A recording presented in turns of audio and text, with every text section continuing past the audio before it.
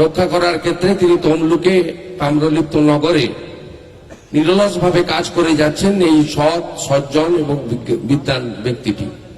তিনি এবারে তমলুকে আমাদের দলের প্রার্থী হয়েছেন। আর অশোক দিন্দা মহোদয় সত্যিকারে একজন বামপন্থী আন্দোলন করেছেন অনেকদিন, ডিসিপ্লিন। 19 তারিখে অমিত শাহজির সভায় জয়েন করেছিলেন। স্বাভাবিকভাবে সিটিং এমএলএ দলে এলে তিনি প্রতীক পান, তার সে আশা ছিল, কিন্তু প্রকাশ ছিল না কোনোদিন।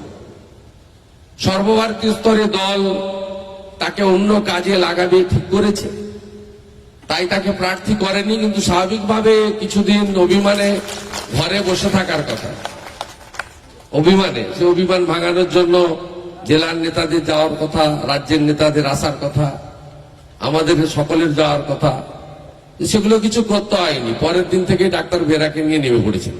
প্রস্তাবক, সমর্থক, এইসব লোককে দেখলে আজকে এই যে কঠিনভাবে যে সব একটা বুথ চেনে না, সে বলে ভোটে দাঁড়াবো। পাশের বাড়ির লোক রাত্রিবেলা অসুস্থ হলে গিয়ে ডাক্তার ডাকা বা হসপিটালে ভর্তি করতে পারে না, সেমনও লোক ভোটে দাঁড়াতে চায়। তাই এইসব লোককে দেখলে সত্যি আমাদের শ্রদ্ধায় মাথা নত হয়।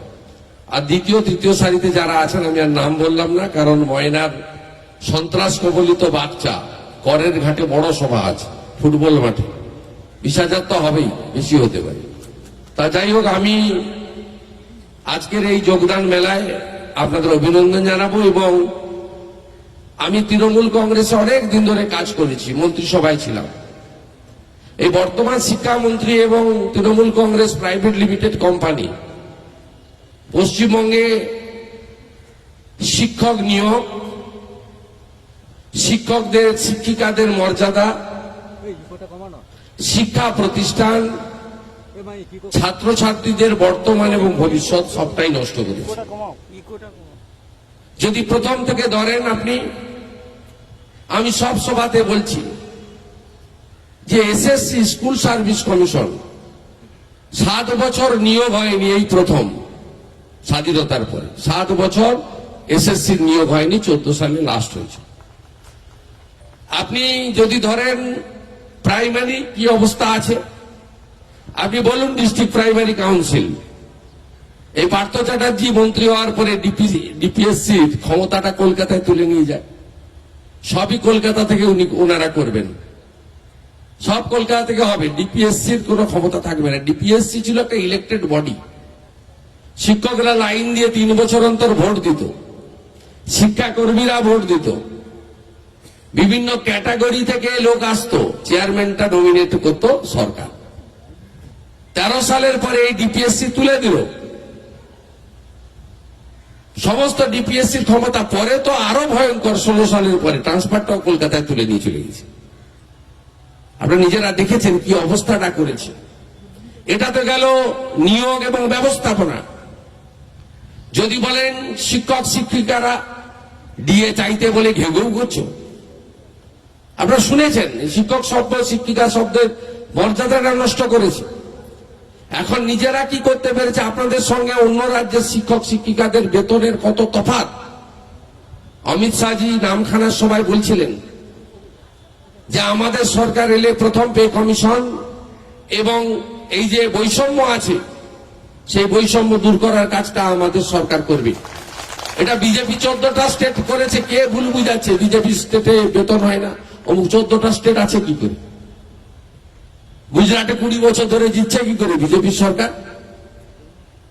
এখন তো স্মার্ট অ্যান্ড্রয়েড মোবাইল ফোন, আপনি তো সার্চ করলেই গুজরাটের শিক্ষক কেমন আছে, মধ্যপ্রদেশের শিক্ষক কেমন আছে, যোগী আদিত্যনাথের নেতৃত্বে উত্তরপ্রদেশের শিক্ষক শিক্ষিকারা কেমন আছে, আপনি এক্ষুনি পেয়ে যাবেন, কোনো সমস্যা নেই। আর পেনশনের কথা বলছে, পেনশন তো অনেক আগে বন্ধ করে গেছে বাবা আমলের সময়। আমি একটা কথা আপনাদের কাছে বলতে পারি যে ভারতীয় জনতা পার্টি মানুষের বিরুদ্ধে বা কোন স্তরে কোন কর্মচারী হোক, শিক্ষক হোক, অন্য স্তরে কারোর বিরোধিতা কোনোদিন করেনি।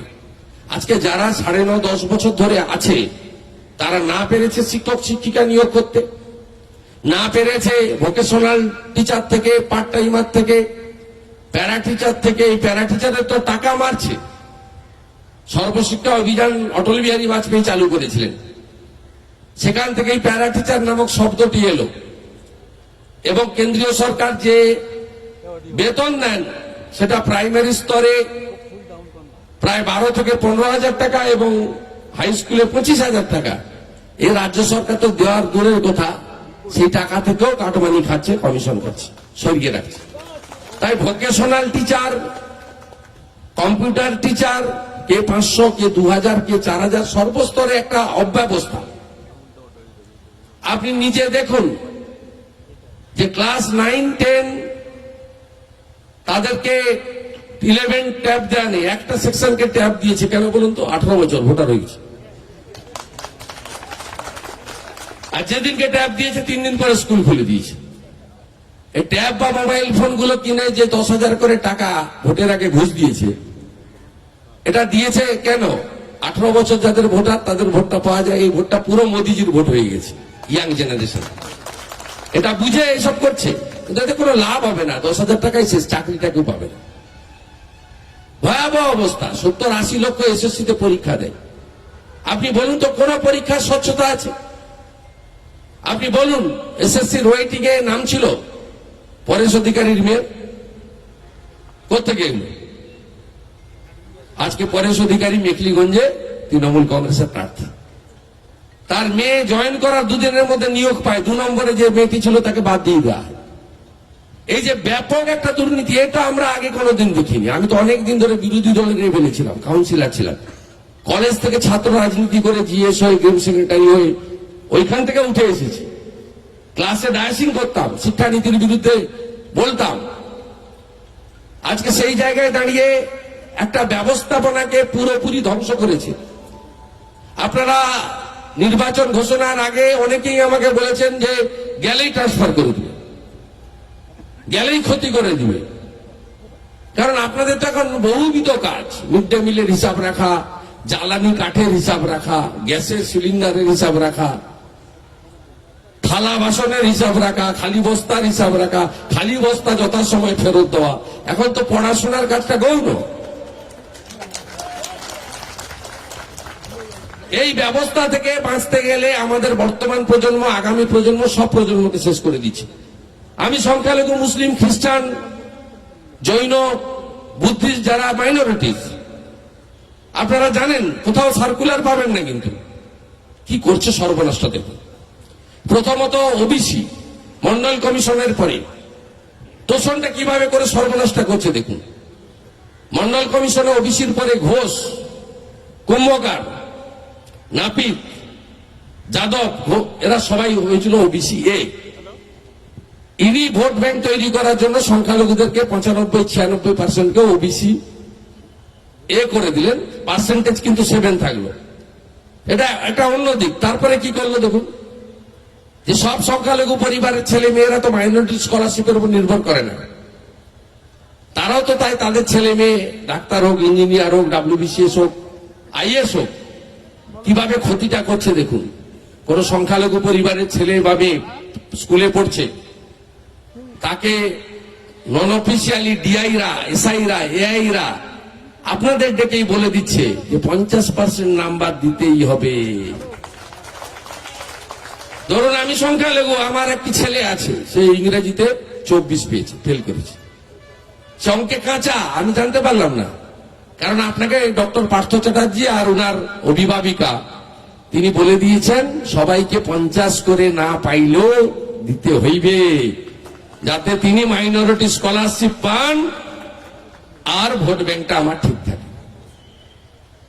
এটা আবার সেন্ট্রাল গভর্নমেন্টের স্কিম, তার নামটা বদলে দিচ্ছে। সে তো আপনার 10টা স্কিমের আমি নাম বলে দেবো। প্রধানমন্ত্রী PMY, এখানে বলে বাংলা আবাস যোজনা। প্রধানমন্ত্রী স্বচ্ছ ভারত অভিযান, এখানে বলে Nirmal Bangla mission. Food security mission, এখানে বলে আপনার খাদ্যশ্রী না খাদ্যসাথী। বেটি পড়াও বেটি বাঁচাও টাকা, এখানে কন্যাশ্রী। সবুজ সাথী সাইকেল, SC ডেভেলপমেন্টের টাকা, পুরো শিডিউল কাস্ট ডেভেলপমেন্টের টাকা। এই সব করে এর বিরুদ্ধে আমি, মেরুদণ্ডটা আমার সোজা, আমাকে তৃণমূল থেকে তাড়াইনি, শোকজ পর্যন্ত করার ক্ষমতা হয়নি। আমি লেজে খেলাচ্ছিলাম। কিছু করতে পারেনি। আমি রিজিগনেশন দিয়ে 3টা বড় দপ্তর বলেই রাখুন, আপনার প্রাইভেট লিমিটেড কোম্পানি, সব তো ল্যাম্প পোস্ট, আপনি একাই পোস্ট, আপনি সব রাখুন, নিজেই করুন, সঙ্গে তোলাবাজ ভাইপোকে নিয়ে করুন, কোনো চিন্তা নেই, আমরা কেউ থাকবো না। মেদিনীপুরের লোক তো মেরুদণ্ড সোজা বিক্রি করে দিন। তাই এই লড়াইতে আপনারা এগিয়ে আসুন, এতে তাড়াতেই হবে, কোনো উপায় নেই। ছোট ছোট বাচ্চা সমগ্র শিক্ষা মিশন 400 টাকা করে ড্রেসের জন্য দেয়, 150 টাকা করে ড্রেস লাস্ট 18 সালে দিয়েছে, সেখান থেকে মারছে 250 টাকা করে। আপনি বলুন ওই ড্রেসের কোয়ালিটি আছে? একবার পরে পরে দ্বিতীয়বার কেউ পরতে পারে? আপনি বলুন জুতো কখনো কেউ কলকাতা থেকে সাপ্লাই দেয়? শিক্ষামন্ত্রীর লোক জুতো সাপ্লাই দিচ্ছে, কোন বাচ্চার পায়ে জুতো হয় না। ছোলাগুলো দিচ্ছে কেন্দ্রীয় সরকারের টাকা, সে ছোলা কেউ মুখে দিতে পারে না, কালো ছোলা। সাইকেলে তো 500 টাকা করে সারাতে লাগে, আর 400 টাকা করে ভাইপো কমিশন খায়। আজকে দেখেছিল সিবিআই, কে সাইকেল সাপ্লাই দেয় জানেন? পবন অরোরা। পবন অরোরার ছেলের নাম কে জানেন? Ankush Arora. Arora group cycle supply দেয়, হাজার হাজার কোটি টাকা। অঙ্কুশ অরোরা কে জানেন? তোলাবাজ ভাইপো শালিকে বিয়ে করেছে, আজকে ঘুরে এসছে মামার বাড়ি থেকে, গেছিল, ডেকেছিল, নোটিশ দিয়েছে। হ্যাঁ, 400 টাকা করে পার সাইকেল কমিশন আছে, কাট বানিয়েছে, আর 500 টাকা করে সারাতে হয়, তারপরে পড়ে। এদেরকে রাখবেন আপনি বলুন তো? এদেরকে রাখা উচিত? একবারে প্রত্যেকে নিজের বুথের দায়িত্ব নিন, শিক্ষক সংগঠন পরে হবে, নিজের বুথের দায়িত্ব নেন, একবারে সব বুথে হারাতে হবে, একদম 99 বুথ ঝাঁটিয়ে পড়ে। কে প্রার্থী, কোথায় প্রার্থী, কিছু দেখার দরকার নেই, কিছু দেখার দরকার নেই। সব যে এমএলএ দাঁড়াতে হয় দাঁড়িয়েছে, আমরা এমএলএ দাঁড়াতে হয় দাঁড়িয়েছি, কিছু দেখার নেই। মোদিজির হাতে বাংলা দিয়ে দিন। 44 বছর কলকাতাতে শুধু কেন্দ্রীয় বিরোধী স্লোগান দিয়ে গেলাম আমরা, 34 বছর বাম আমলে, 10 বছর টিএমসি আমলে। আপনারা টিচার বলুন, Congress tested and rejected from Bengal, left front tested and rejected from Bengal, TMC tested এবং উড বি রিজেক্টেড হওয়ার পথে, তাই তো? তাহলে আমরা কখনো দিল্লি আর কলকাতা একই দলের সরকার দেখতে পেলাম না, ডবল ইঞ্জিন সরকার দেখতে পেলাম না। এবারে সে সুযোগটা আছে, আপনাদের করতে হবে। স্যানিটাইজার এত বড় অপরাধ করছে দেখুন, ওই 22 টাকা করে নেয় প্রাইমারি স্কুলে, স্যানিটাইজার গুলো দিয়েছে 13 টাকা দাম, বাজারে দোকানে জিজ্ঞেস করবেন, বা ওখানে 9 টাকা কমিশন। সেগুলো স্যানিটাইজার নয়, অ্যালকোহল নেই তাতে, জল মিশানো। অতএব আমার শিক্ষক শিক্ষিকা মন্ডলী, এ লড়াইতে জিততে হবে। দক্ষিণ কলকাতার 3-4টা লোক ছড়ি ঘুরাবে, ডিপিএসসির সব নিয়োগ ওখান থেকে হবে। করোনা লকডাউনের মধ্যেও নিয়োগ করেছে, SMS করে নিয়োগ, মেধা তালিকা বের করে না, SMS করে। সেদিনকে তো বের করতে গেছিল, আমি ফাঁস করে দিয়েছি। ওই আপনার 14 না 15 সালের টেট 14,000 কত একটা, তারপরে তো হাইকোর্ট আবার কান মোড়া দিয়ে বন্ধ করে দিয়েছে ডিভিশন বেঞ্চ, পুরোটাই ঘাবলা। অর্থাৎ না, স্বাভাবিকভাবে এদেরকে সরাতে হবে।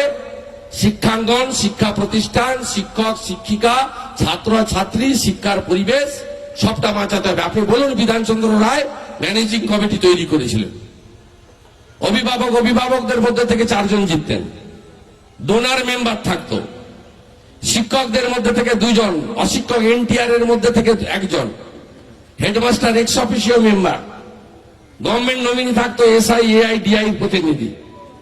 সব মিলিয়ে একটা গণতান্ত্রিক পরিবেশ ছিল। এই সরকার সমস্ত জায়গায় গভর্নমেন্ট এড স্কুলের নাম করে শিক্ষা প্রতিষ্ঠানে ভোটে দাঁড়ালে হারবে, তাই সমস্ত ম্যানেজিং কমিটি তুলে দিয়েছে। আপনি বলুন হ্যাঁ কি না? ঠিক করেছে না বেঠিক করেছে? বেঠিক করেছে। এবং সেই সমস্ত লো কোয়ালিটির লোকেদের, নেতাদের নাতি পুতি, মাসি পিসি, জ্যাঠা খুড়াদেরকে সমস্ত ম্যানেজিং কমিটিতে বসিয়েছে। 3 ম্যান কমিটি, 1 জন চেয়ারম্যান, 2 জন করে মেম্বার। আপনি বলুন, আমরা যারা পলিটিক্স করে এই জায়গায় এসেছি, আমরা তো কলেজ থেকে এসেছি, তখন 11-12 কলেজে ছিল। আমরা অধিকাংশই কলেজের ছাত্র রাজনীতি থেকে পাঠ পড়ে আমাদের জিভ শুকিয়ে যেত, বক্তৃতা করতে পারতাম না। যখন একটা প্রফেসরের থেকে আরেকটা প্রফেসরের গ্যাপ থাকতো, তখন আমরা ঢুকে পড়তাম, ডায়াসিং দিতাম, ছাত্র সংসদের ভোটে লড়তাম। কি কম্পিটিশন, বাইরে পুলিশ ক্যাম্প, বিরাট ব্যাপার। আমরা মোটরসাইকেল সাইকেল নিয়ে বাড়ি বাড়ি ঘুরতাম, সেখান থেকে আমরা তৈরি হয়েছি। আমরা সোশ্যাল কালচার কম্পিটিশন কি করে হবে, মাঠে স্পোর্টসে গিয়ে চুনের দাগ দিতাম। নবীন বরণে কি খাওয়াবো, কি করে আমাদের ভোট সমর্থন বাড়বে, এই যে পরিবেশ, আজকে 4 বছর ধরে কলেজে ছাত্র সংসদের নির্বাচন করেনি এই সরকার, যাতে প্রজন্মের পর প্রজন্ম রাজনৈতিক মেধা তৈরি না হয়, এই ব্যবস্থা করেছে এই তৃণমূল কংগ্রেস প্রাইভেট লিমিটেড কোম্পানির সরকার। আর মিথ্যাশ্রী তো আমরা এলেই দেবো, কোনো উপায় নেই। মাননীয় নন্দীগ্রাম থেকে নমিনেশন করেছেন, আমি আজকে অবজেকশন করেছি। 6টা মামলা আছে, দেয়নি তাতে। 6টা মামলা সাপ্রেস অফ ফ্যাক্ট। 18 সালে 5টা আসামে মামলা হয়েছিল, দেয়নি। আর একটা সিবিআই এর কাছে মামলা পেন্ডিং আছে, সেটা দেয়নি। আমি আজকে কমপ্লেন করেছি। এই গোটা মিথ্যার উপরে দাঁড়িয়ে আছে, নিজে মিথ্যাবাদী, গোটা রাজ্যটাকে ওই জায়গায় নিয়ে যাচ্ছে। আজকে প্রায় 1200-র বেশি শিক্ষক শিক্ষিকা, তৃণমূল কংগ্রেস শিক্ষা সেল, সেটা নামেই শিক্ষা সেল, তার না আছে মাথা না আছে মুন্ডু, সেই শিক্ষা সেল ফেলে দিয়ে পুরো ব্যবস্থাটাকে বদলানোর জন্য আপনারা বেরিয়েছেন। আমি মনে করি যে একটা শিক্ষক, একটা শিক্ষিকা, সে যদি রাস্তা দিয়ে, তার গ্রামের মধ্যে দিয়ে, তার এলাকার মধ্যে দিয়ে, ওয়ার্ডে বা বুথে, পাড়ার মধ্যে দিয়ে হেঁটে যায়, সকলে সম্মান করে যদি শুধু আদর্শ শিক্ষক হন। এবং একটা শিক্ষকের উপরে শুধু তার পরিবারের 4-5টা ভোট নয়, একটা শিক্ষকের উপরে, শিক্ষিকার উপরে অনেক মানুষ নির্ভর করেন। আপনারা চিন্তাশীল ব্যক্তিত্ব, আপনারা যদি এগিয়ে আসেন তাহলেই পশ্চিমবাংলার পরিবর্তন ঘটতে পারে। এবং ভারতীয় জনতা পার্টি কথা দিয়েছে প্রত্যেক বছর স্কুল সার্ভিস কমিশনের পরীক্ষা হবে, নিয়োগ হবে। ভারতীয় জনতা পার্টি কথা দিয়েছে কেন্দ্রীয় স্তরে শিক্ষক শিক্ষিকা শিক্ষাকর্মীদের বেতনের সঙ্গে বৈষম্য আমরা এসে দূর করব। ভারতীয় জনতা পার্টি কথা দিয়েছে যে শিক্ষকরা কেবলমাত্র পঠন পাঠন, শিক্ষার পরিবেশ, সিলেবাস ইত্যাদি নিয়ে পরীক্ষায় খাতা দেখা, পরীক্ষা দেওয়া, কেন্দ্রের শিক্ষানীতি এ রাজ্য চালু করেনি, সেই শিক্ষানীতির কার্যকর করবে। আপনাদের ওই চালের বস্তার হিসাব, জ্বালানি কাঠের হিসাব আর সিলিন্ডারের হিসাব রাখতে হবে না। তাই আপনারা খুব ভরসা করে ভারতীয় জনতা পার্টিকে সমর্থন করতে পারেন। ভারতীয় জনতা পার্টি প্রত্যেকটা শিক্ষাঙ্গন, শিক্ষার পরিকাঠামো সঠিকভাবে তৈরি করবে। এই কারণেই ভারতরত্ন প্রয়াত অটল বিহারী বাজপেয়ী, তিনি সর্বশিক্ষা অভিযান করেছিলেন, আপনারা জানেন। এবং তার সেই ব্যাপক সর্বশিক্ষা অভিযানের সুফল গোটা ভারতবর্ষ লোক পেয়েছে। এবং মিড ডে মিল থেকে শুরু করে সবই তার আমলে চালু করা কর্মসূচি, যার সুফল সরাসরি ভারতবর্ষের সাধারণ মানুষরা, প্রান্তিক মানুষরা পেয়েছে। ড্রপ আউটের সংখ্যাও অনেক অনেক কমে গেছে। এর জন্য কৃতিত্ব যদি কেউ পান, সেটা হচ্ছে অটল বিহারী বাজপেয়ী। অনেকটা পথ যেতে হবে, বড় সভা আছে, গ্রামের লোকেরা অপেক্ষা করছে।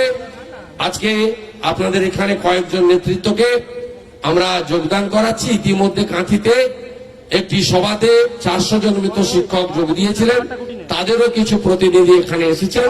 এবং সব মিলিয়ে এই জেলায় আমরা আরো হৃষ্টপুষ্ট বলিষ্ঠ হব। ভারতীয় জনতা পার্টির শিক্ষা সেলের নেতৃত্বে আপনাদের মর্যাদা, আপনাদের অধিকার এবং স্বামী বিবেকানন্দের মন্ত্র চরৈবেতি চরৈবেতি বলে আমরা প্রকৃত শিক্ষা সেল হিসেবে এই শিক্ষার সংগঠনকে গড়ে তুলব। সবাই ভালো থাকবেন। ভারত মাতা কি, ভারত মাতা কি জয় শ্রীরাম, জয় জয় শ্রীরাম। যশস্বী প্রধানমন্ত্রী নরেন্দ্র মোদী জিন্দাবাদ, বিজেপি জিন্দাবাদ। আমরা অনুপ কুমার ভট্টাচার্য, জয়ন্ত কুমার দাস, তাপস পাত্র, নির্মল খাড়া, বসুদেব ঘোষ, দীপক দেব শর্মা, দেবাশিস দাস, সুদীপা বেরা, পুষ্পিতা সামন্ত, বিশ্বনাথ প্রধান, গৌরাঙ্গ গুছাই, সমীর কুমার জানা, বিশ্বজিৎ দাস, মানস ঘোড়াই, এদের প্রত্যেককে আমরা মঞ্চে আসার জন্য অনুরোধ করছি। ভূঁইয়া, সুরমেন জয় শ্রীরাম, প্রলয় গিরি, জয় শ্রীরাম, সুরজিৎ শাহ, সৌমেন দাস, জয় শ্রীরাম, জয়া দাস নায়ক, জয় শ্রীরাম। কিশোর পাহাড়,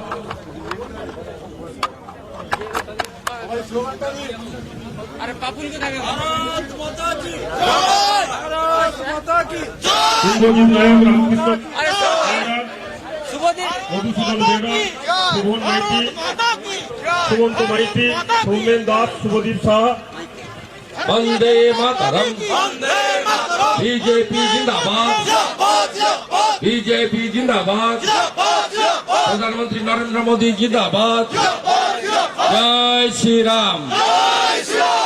আজকে এর বাইরেও আমাদের হলদিয়া নগর মণ্ডলের বেশ কিছু কর্মী এখানে যোগ দিচ্ছেন এবং যাকে খুন হতে হয়েছিল পাঁশকুড়ায়, কুরবান শাহ তার দাদা, কোভিডে যিনি বড়মা হসপিটালের মাধ্যমে এই জেলার মানুষকে কোভিডের সময় অত্যন্ত সেবা দিয়েছেন, আফজল শাহ, তিনিও আমাদের দলে যোগ দিলেন নবারুণ নায়কের হাত ধরে। আমি তাদের প্রত্যেককে স্বাগত জানিয়ে, হ্যাঁ প্রাইমারি আসবেন আপনাদের প্রাইমারি শিক্ষা সেলের আপনারা চলে প্রাইমারি আসুন। শিক্ষা সেলের কয়েকজন আসুন, তাই এতজন তো মঞ্চে উঠে যাবে না, ভেঙে পড়ে যাবে, 4-5 জন। ঠিক আছে, প্রাথমিক শিক্ষা দেখা সেলের যাচ্ছে, কোনো চিন্তা নেই। শিবরাম ভূঁইয়া, ও আমার ক্লাস সৌমেন জালুয়া, প্রলয় গিরি, শুভশিস শাহ, সৌমেন দাস, তরুণ ঘড়ই, বুবুন দোলই, বন্দে মাতরম। নায়ক, বিজেপি শিক্ষা সেল জিন্দাবাদ। ইন্দ্রজিৎ নায়ক, বিজেপি শিক্ষা সেল জিন্দাবাদ। নরেন্দ্র মোদী জি জিন্দাবাদ। রঞ্জন সাউ, অর্ণব, भारत माता की, भारत माता की। বাকি জয়েনিংটা নবরণ বাবু করে নিচ্ছে, আমি একটু প্রস্থান করছি। আর সবাই উত্তম কুমার, আপনারা 17 তারিখে অমিত শাহজির সভা কোলাঘাটে, তমলুক, ময়না, পাঁশকুড়া পূর্ব পশ্চিমের সবাই বিকেল 3টায় কোলাঘাটে আসবেন। আগামী 24 তারিখ ভারতবর্ষের যশস্বী প্রধানমন্ত্রী নরেন্দ্র মোদী কাঁথিতে আসছেন। কাঁথি এগরা এলাকার সমস্ত শিক্ষক শিক্ষিকা মন্ডলী সপরিবারে বিশ্বের সর্বশ্রেষ্ঠ প্রধানমন্ত্রী নরেন্দ্র মোদীজির বক্তব্য শোনার জন্য বেলা 2টায় কাঁথিতে সমবেত হবেন। আগামী 25 তারিখে 2টোর সময় নন্দীগ্রামে আসছেন হ্যালো হ্যালো হ্যালো হ্যালো মুখ্যমন্ত্রী যোগী আদিত্যনাথ। সাউন্ড দেখুন, হ্যালো হ্যালো বাড়িয়ে রাখবি, একটু বাড়িয়ে রাখবি। খেজুরি 1-2 এবং নন্দীগ্রাম 1-2 এর সমস্ত শিক্ষক শিক্ষিকা মন্ডলী ভারতবর্ষের আদর্শ স্বামীজি